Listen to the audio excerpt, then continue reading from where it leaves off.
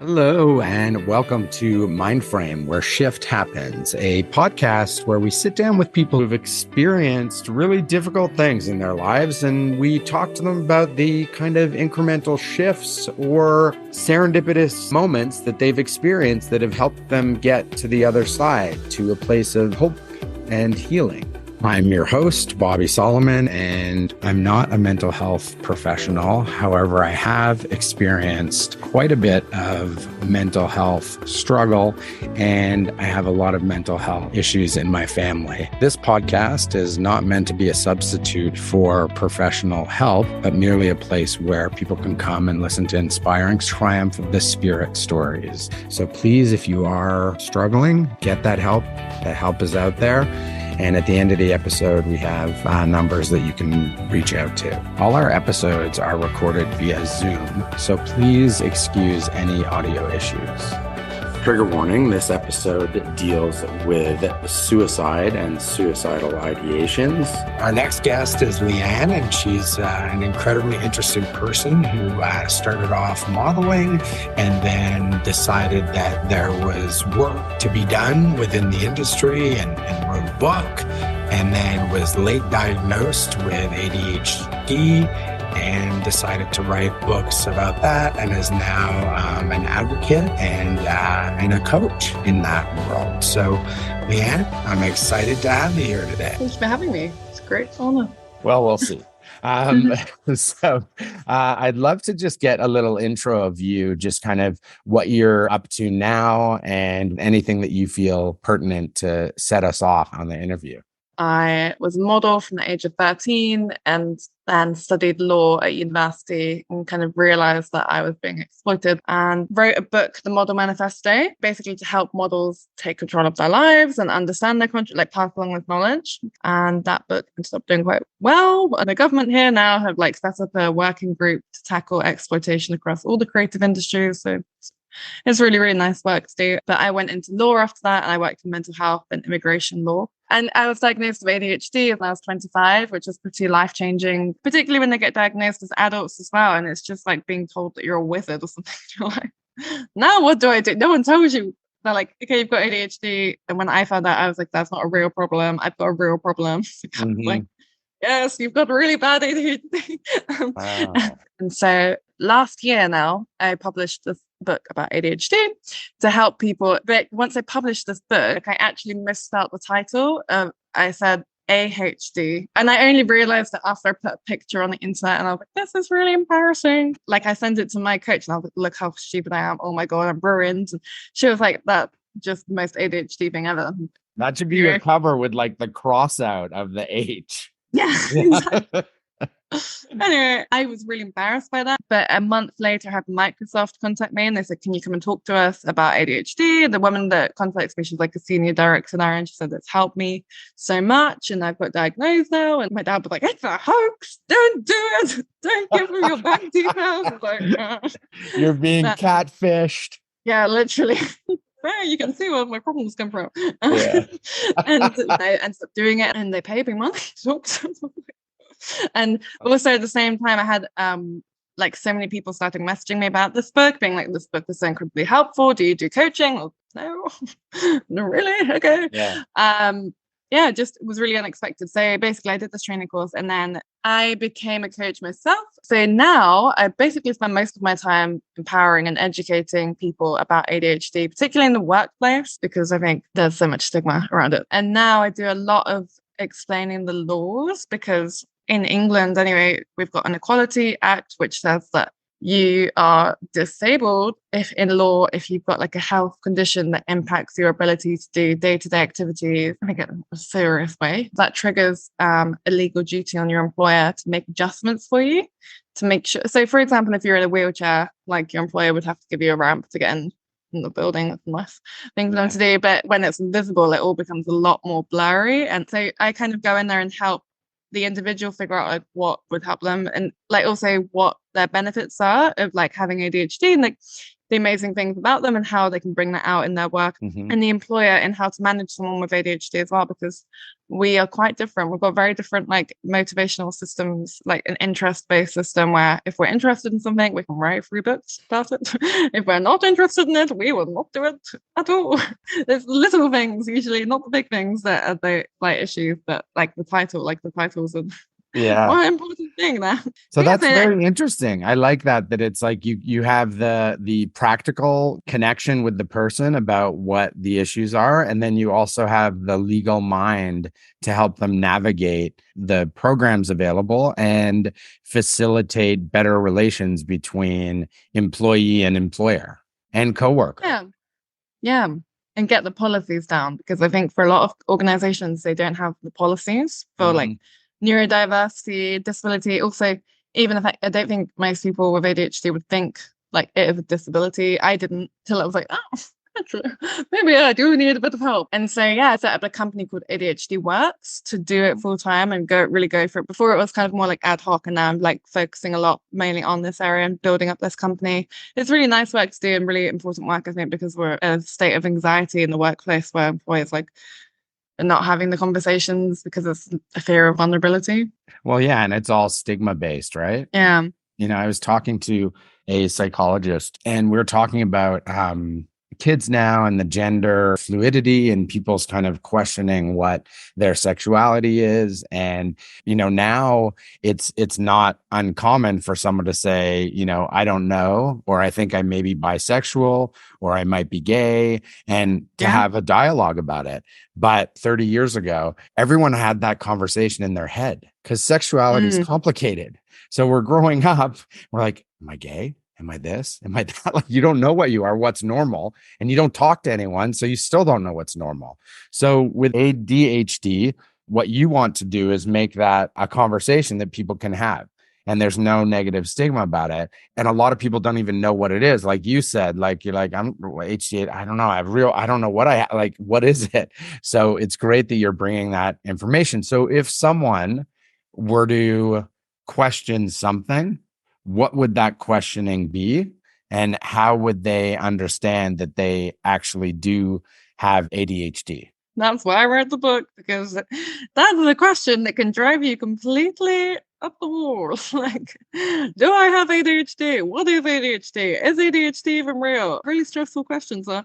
But personally, how I try to look at it so that my brain doesn't explode, is like attention deficit hyperactivity disorder is I think of it as like a spectrum. Also, obviously, like everyone goes through times where it's difficult to concentrate, or we lose our keys, or we're a bit distracted. But I guess the disorder part of it is the fact that it severely disorders your life. Like, so when I was diagnosed, I didn't even have a doctor. I was like moving country every month. If I had a problem, I would like book a flight somewhere and be like, this is a great idea. Like, I couldn't stick to one decision. Like, I would wake up in the morning terrified of what decision I would make by the end of the day. I was like, Wow. what were we? It was like living in a TV show where you are the main character, but you don't get any control over the storylines. So let me get into that a little bit, because I've never really heard that description of it, or I've probably heard it, but it's never resonated the way that it did at this moment talking to you. So you know that decisions are going to be made, because that's life, right? We all make decisions, but you don't trust your decision-making ability. Is that what it is? Yeah, I think that is a huge part of the ADHD, actually. It's like you don't trust yourself. With ADHD, you have a deficit of dopamine in your brain. So you're like seeking out dopamine, which is why things like social media, notifications, emails, things that give you quick wins, where it triggers that thought of like, if a notification pops up on the screen, it's like you want to find out who is contacting you. Like, there's the variable reward, and you're like, oh, what's going to happen? Like, it's exciting. So that's why the third book I've just written about social media, it became really interconnected with that for me when I was younger. And like, I booked a flight to Australia for seeing a photo of it on Instagram. It was a very nice photo. It was a nice place. Yeah. And that's why I ended up with a very Instagrammable, beautiful life. But internally, like, I was really suicidal, really bad. So I was like, really not. And that's how I ended up being diagnosed, because I very nearly died. And that's what I found really difficult now, because I do talk to so many people that are like, I don't know if I've got ADHD, or they're like, oh, they've read a TikTok. No, they saw something on TikTok or Instagram and they're like, oh, this resonates with me. And I'm like, I do think getting diagnosed gives people a lot of clarity, especially when you can talk to other people that understand your experiences and you feel like not alone. That's a really, really nice feeling to have. Mm-hmm. But it's also really complicated when you're in situations, because it is really life-changing. It's like being given a new identity by someone else. And actually, there's no brain scan they do. There's not a test, like a physical test. It's just asking someone a list of questions. And I know a lot of older people who get diagnosed, because when we were younger, it wasn't even a thing, really. It was just they're hyperactive. But you're right. There's an understanding of, okay, so I do have something that's causing this. But then there's like not the follow-up. Yeah, because sadly, the kind of go-to answer is like give more medication. And that's a whole other stigma. Yeah, there's a lot of different views about medication, how effective it is. But how I think of it, and particularly the coaching, I'm like, you can give someone medication, but especially because ADHD affects all parts of your life, and you don't really know how you're meant to feel on it, or like what the effect is meant to be like. And if you survive, like I talk to a lot of people that are diagnosed at like 50. So if you've lived 50 years of your life in a certain way and suddenly you take a tablet that it might allow you to concentrate harder, but nothing else in your life has actually changed, then you're just going to be able to maybe focus more on the things that you were already doing. But it doesn't necessarily make any like broader changes or like help you with understanding your own brain, or like help you kind of think. For me, the journey that I've been on is like learning, okay, like I don't actually, because I've got this brain, because I am like the way I am, I just want to live in my own way. I don't actually want to live I don't want to try and fit myself into a box anymore. But I read that the first ADHD drugs were given to horses because they were like self-harming in like years and years and years ago, in a book called Stolen Focus, and to get them to calm down. Wait. They were self-harming? I think they were like, the horses were hurting themselves somehow, like they were biting. They were like themselves. banging their snouts? Wow. Because they just were like jumping in their skin, basically? Yeah. I can't. So, oh my God, that is so sad. I think they tried lots of different things, and somehow, I can't remember the exact wording of it, but they got the psychologist or someone to come and they gave them this drug and they calmed down. And I do think of ADHD medication, like, okay, it can, like for me, for my taking it, like my life was really terrible and awful, and my brain was not a good place to be. And like now it's a fine place to be. Wow. And I think, so you take medication now for it, and you have been? Yeah. It works for you? Well, this is the question. Like, what does work mean? I don't know. I mean, obviously, it's hard position to be in right now because there is so much of a negative stigma on medication. And I take medication, and I know I take it for, I take an antidepressant, anti-anxiety. And I know, because I've tried not to take it, that I need to take it. And it's sad for me because when I've been taking it for a while and then I just start feeling badly about myself for taking it. And I'm like, do I really need this? Like, why do I need this? Like, I'm fine. It's just, I need to be stronger. Like my mind needs to be stronger and everything will be okay.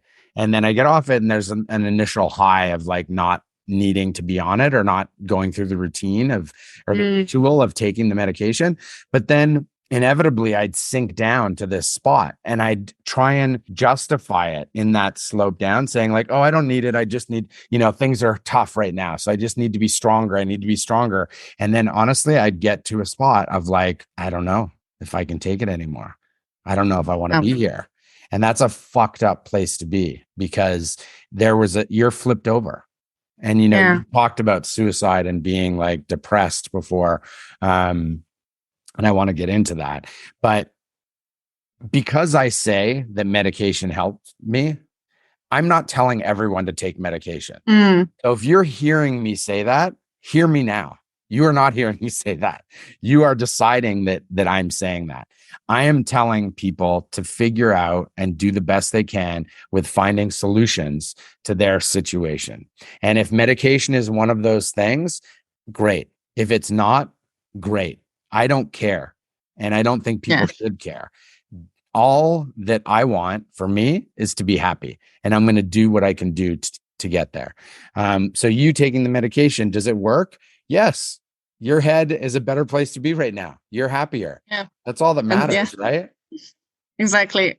Because I think when I first took it, I got really ill, and like really, really terrible. And I think in a similar way to you, and then I had to pay for it as well, because it's like privately and it's very expensive. So I was like, oh, I'll just take it on the days I need to focus, or I won't take it on this day. I'll take it. And I became really, really ill. Like I was having panic attacks constantly. I lost a lot of weight and just looked like I was going to die. And I just went off it completely for 2 months. And then I started again on because I'd gone off it completely, and then I could see that it was helpful in ways. And actually your self-awareness is impacted anyway, like with having ADHD. It's like, it can be really hard to even think of I find it really hard to feel my body, or like to be present in myself anyway, or to understand like even things like, oh, am I hungry? I don't know, am I hungry? It's Wow. really hard, that kind of thing anyway. So the medication, I do find it hard. But the thing that worked for me was just taking it every day. Do not overthink it. And this is what I say to clients, because they all have a very similar feeling and experience. And like how one of them they were saying how he really didn't want to go on it because he didn't want to be like the big pharma companies and stuff, but also he was really struggling with alcohol and drugs.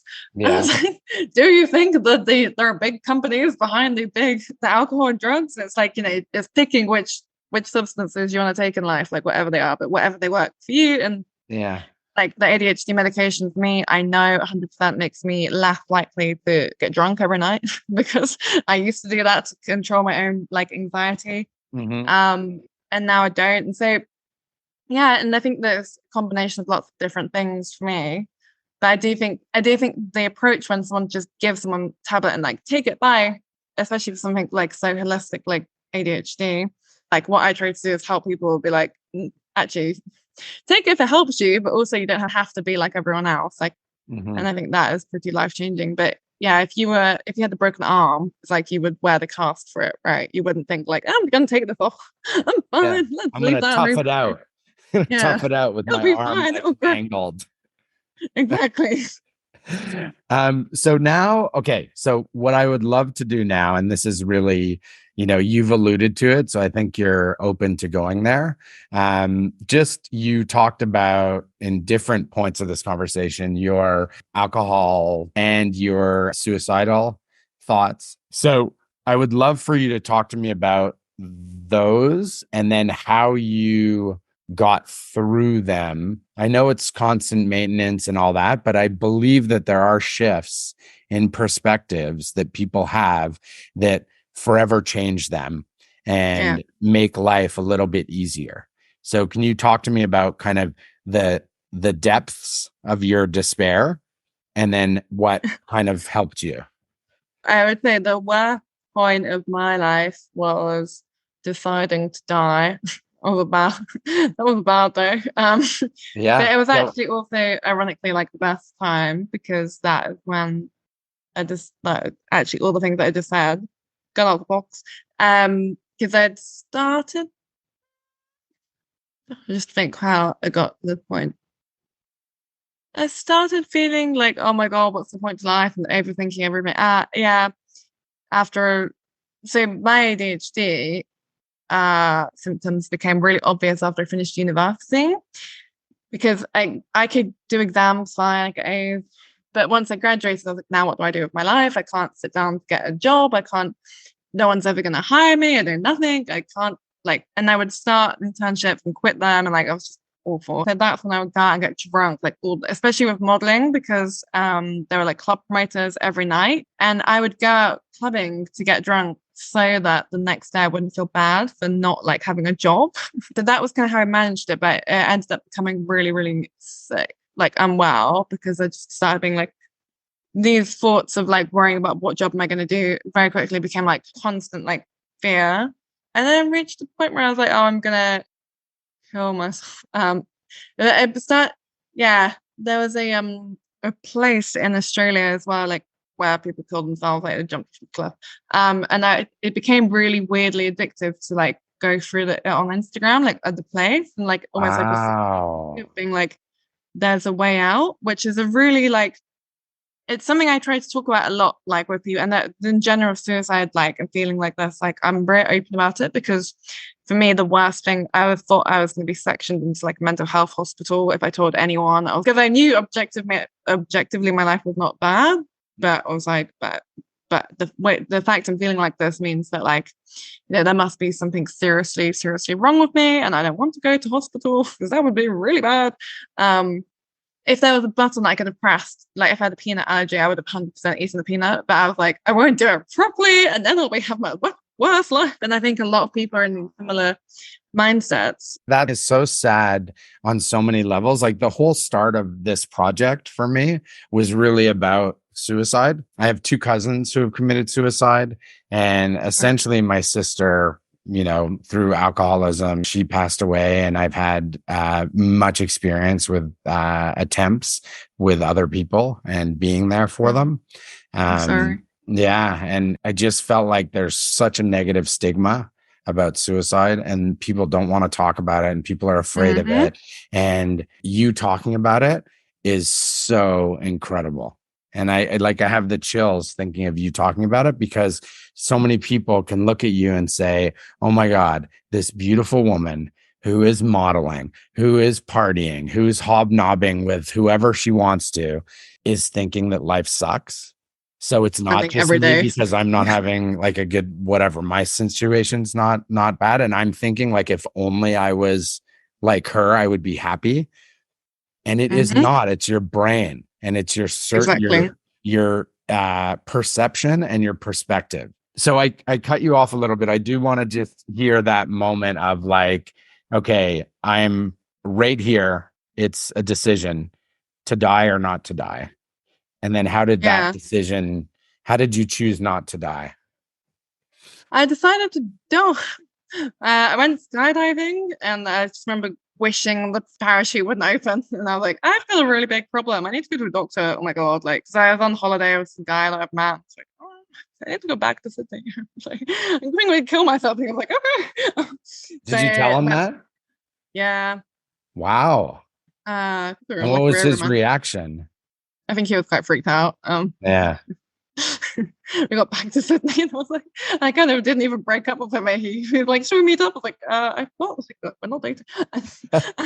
I need to go figure out this a bit. And at that point, so until then, I had gone to doctors quite a few times, and therapists, and I think the same thing. This is why I try to be so open and provide like spaces for people to talk about these feelings, because with doctors, if I ever kind of alluded to this feeling, they would be like, you're fine. You've got so much going for you. You've got a law degree. You're all good. And they're like, also, if you really want like a proper assessment thing for mental health, like we can't even diagnose you with like these kind of things.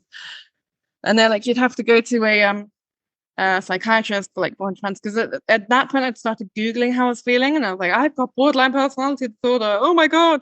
And all of the clients that I coach, they all think the same before they end up being diagnosed with ADHD. But and I didn't want to pay that much money for a diagnosis, and I was like, maybe I'm fine. Yeah, your life's not worth it, right? Isn't that a weird thing that we have to actually are faced with that decision? Like, you could be near death, and you're like, just don't want to pay the $400 that could help me. And it's not even that you just don't want to, maybe you don't have it. Like, it's expensive. So that's flawed system, sadly. Yeah. So yeah, but I decided like I should pay this £100, and long story. Like I had an implant, like a contraceptive implant in my arm. So I thought maybe I should get that taken out too. Went to A&E to get it taken out. And the doctor was like, he said, maybe you should take these medications instead, because he asked about the situation. And this is a bit of a weird thing that happened to me, but he was like, come back in a week and tell me how this medication goes. Like, he wasn't like a pressure. He was like, don't pay all that money to go to the doctor, just take this. Like, I think they were like mood stabilizers. And I was like, oh. Like, he didn't diagnose me or anything. And I don't think he should have done that as an A&E doctor. He said in a week, what's A&E? Like accident and emergency. Okay. Like the emergency room. But I went away and I took the medication. I read on the medication label that it said like it could cause suicidal tendencies. And I was like, I've got a reason. Yeah. Thank you. Because until then, I'd like, when I felt so bad, I didn't like, you get this extra layer of shame and guilt because I was like, I don't have a reason to feel this way. Like my life is literally great. So what, but because I'd read that this could cause suicidal tendencies, I was like, like there, someone giving me like mission slip.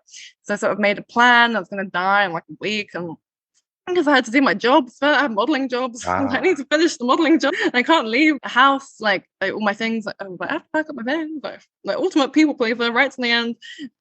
But then in that week, because I thought I would be dead like next week, I basically just lived like I put my phone away. I didn't go on my phone very much. Went for a walk for like 3 hours one day, and I was like, wow, this is really nice being alive.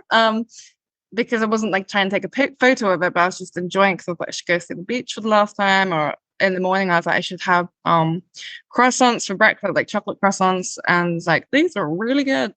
Like, okay, this is not I was like, this is kind of disproving my belief that like my life is awful and there's nothing. Wow. Yeah, That's amazing. I wouldn't recommend it as a solution because maybe no, it's not. It's definitely not to recommend, but it's so interesting. Like me looking at your smiling face now, like it's so wild that for some reason you decided to have that week where you would do the things, and that is what made you appreciate life. Yeah, actually, I suppose I guess being a people pleaser made me survive, because if I was to find just become myself right now and like I don't care about the modeling job or this or that or whatever, then I would be that. Wow. And also, like, I saw friends because I was like, oh, I should go and see like my friends for that, and then I had a really nice time with them, and like on my modeling job as well, because I wasn't spending the whole day being like, I'm an awful human being. I had such a nice time. I was like on this amazing island shooting like beautiful clothes of lovely people, and I was like, this wasn't that bad. And then I used to go to these like mental health circles on the beach. And I actually started even volunteering at it, because I thought if I volunteered, then I would be able to figure out if I had a mental health condition. But at this one that week, a guy said that he was from America and that he was in such a bad place and he was suicidal and all these things. And he came over to Australia and he broke up with his girlfriend of like 5 years because of how bad the place he was in. And then he was like, and my girlfriend was murdered last week. And I was like, oh, I was like, how crazy am I being? Like, anyone could die tomorrow. And then it just hit me like there's literally no point to life anyway, and so you might as well just do what you want to do anyway. Like, that's beautiful. One thing I don't like is that it still seems like you're not beating yourself up, but it is like that real moment of shift. That's exactly what that was my point. Project is about, is that it's possible. Shift is possible. Shift happens, and you just have to be alive for it to happen, because if you're dead, it's not going to happen. Too late. Yeah. And so those two things just completely altered your life.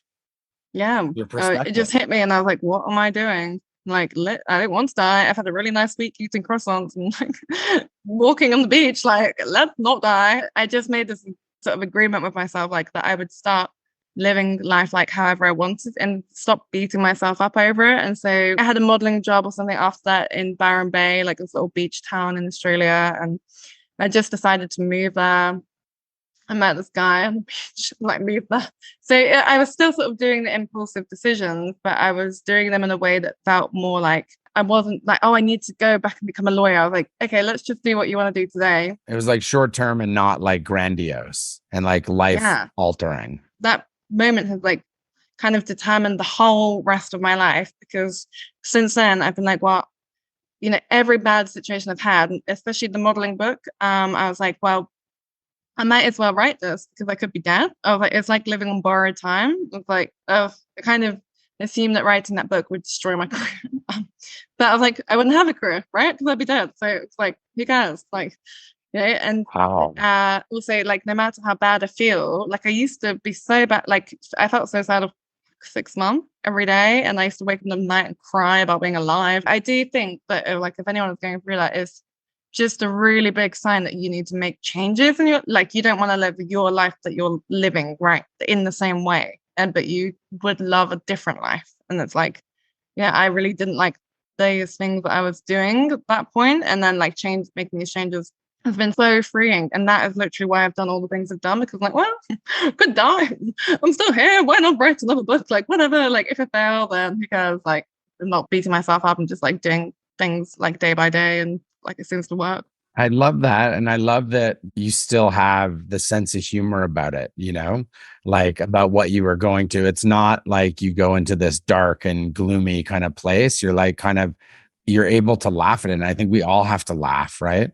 Like humor is so important. And it is okay to say, like, my thoughts were ridiculous back then.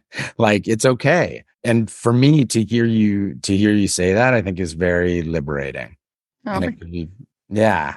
And I'm really happy that you had those moments, but you created those, like, and it's an active thing, even though it's somewhat passive, because you decided to volunteer, right, to the mental health circle on the beach, and that got you there.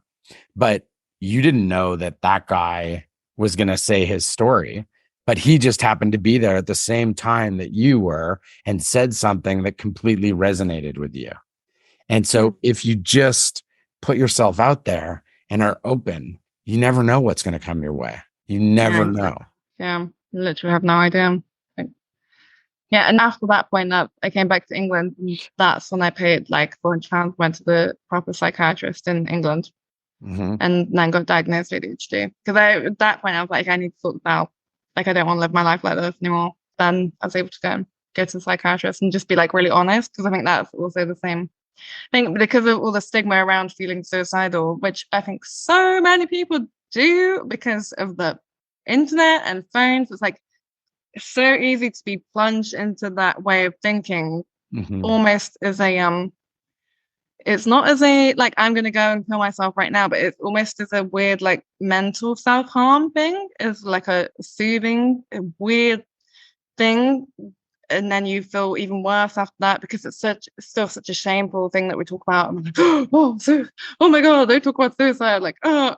But then that's what, like, in England, we're having a case every week of like a kid killing themselves, and it's just like, oh my God. And the families can't get on their phones because the social media companies won't unlock them. It's just so terrible to see. And that's kind of, that's why I wrote this new book, and hopefully it helps people in that position. It seems like your life shifted in terms of not beating yourself up and feeling better about actually being here.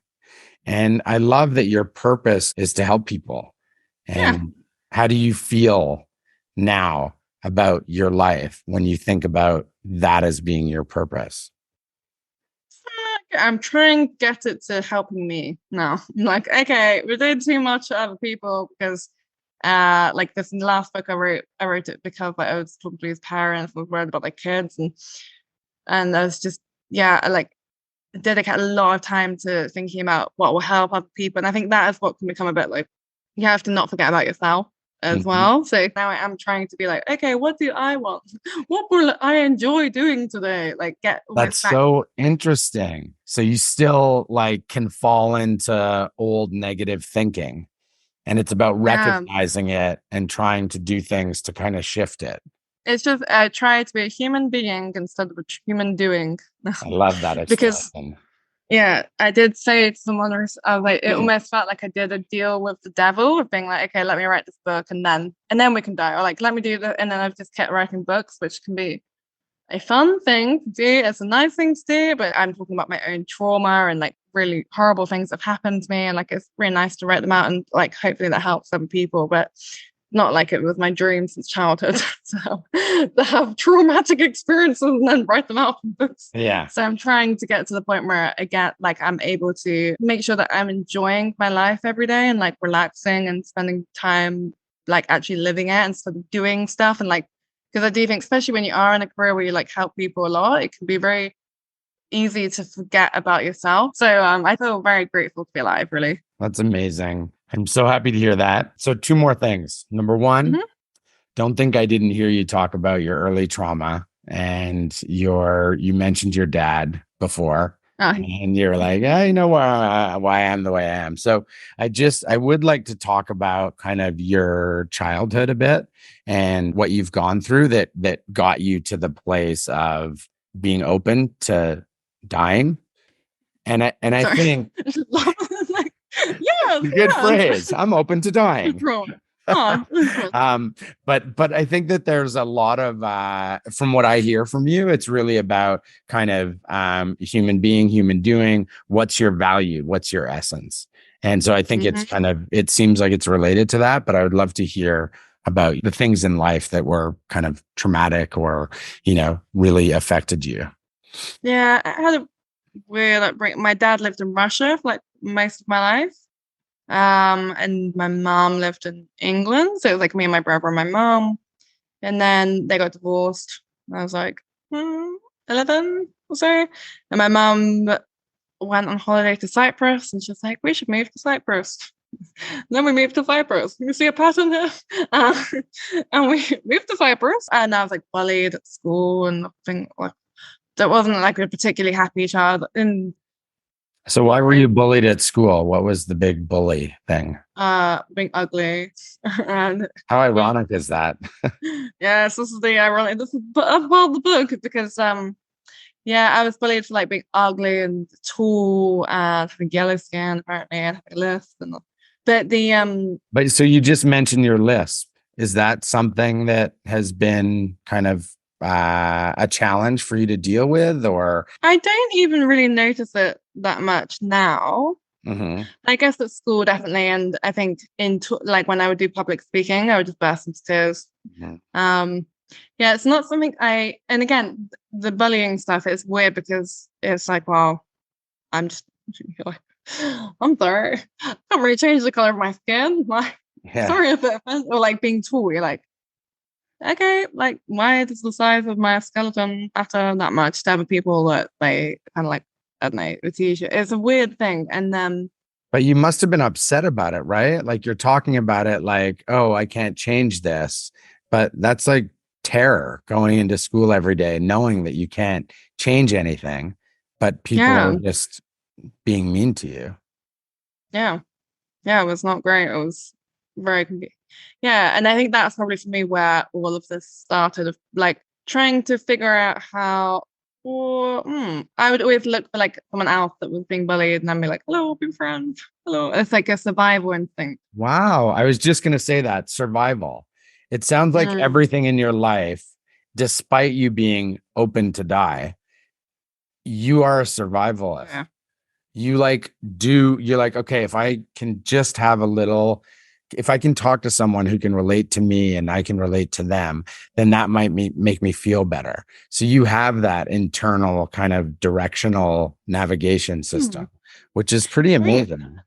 Well, it's very interesting actually you say that because I remember like when I was younger, I said I just need to find like one person. Like you just need because you know at school when you have to like sit at a desk and stuff, like I just need like one friend. But it's very interesting now with the books of being like, just, if I help with just one person out there, it's like, come my only friend.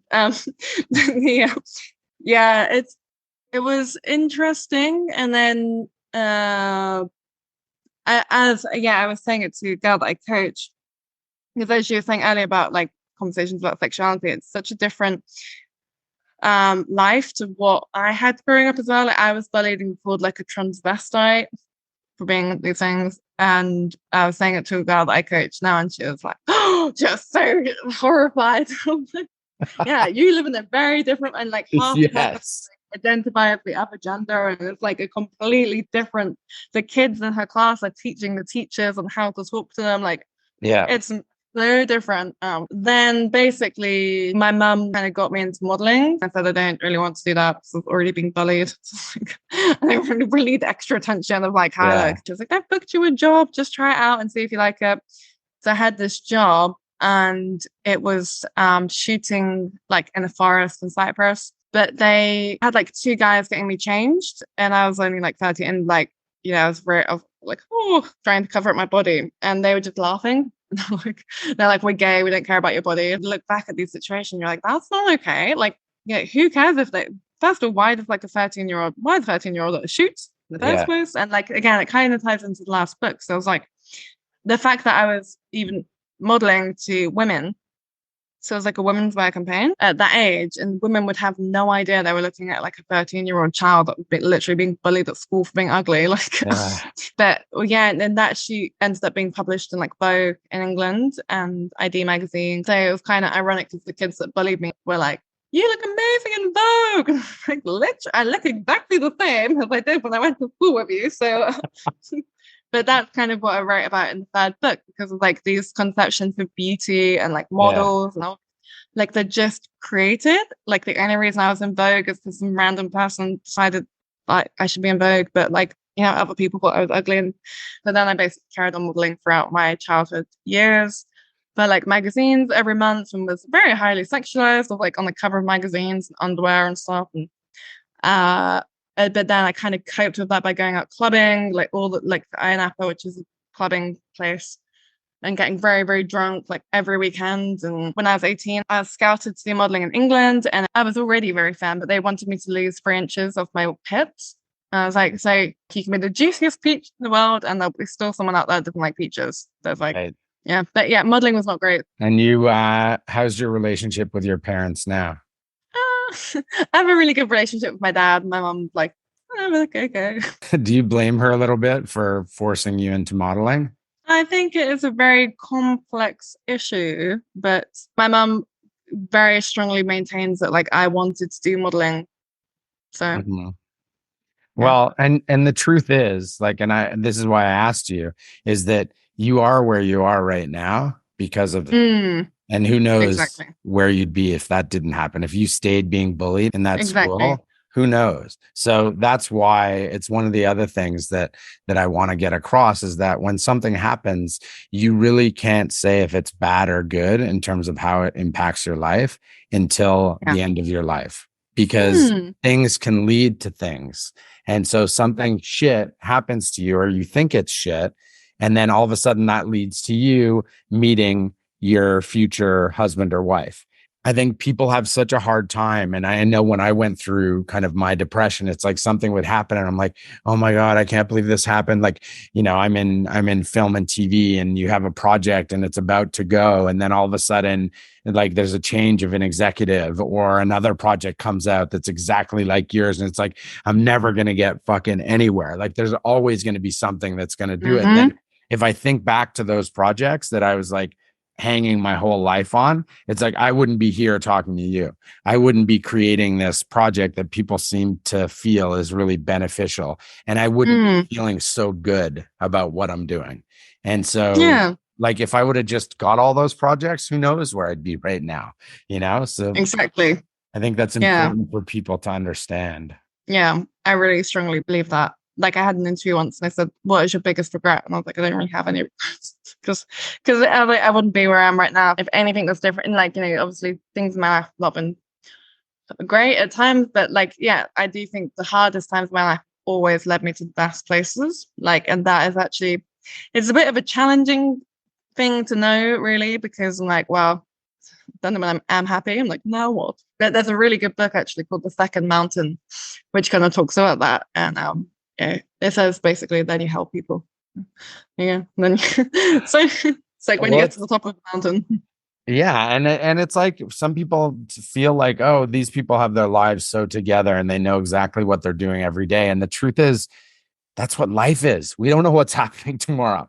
Like you can't control it. Like just whatever. Like you have to be okay. You have to understand that everyone feels the same way on a certain level. It might vary in degrees, but even that person who's modeling on the jets, or even that person who's like, you know, Jeff Bezos, like he just gets divorced. You think everything is so great and amazing? No, it's not. But he's also doing what he needs to do to get to the next day. And you can do it too. Anyone can do it. It just takes that shift of perspective.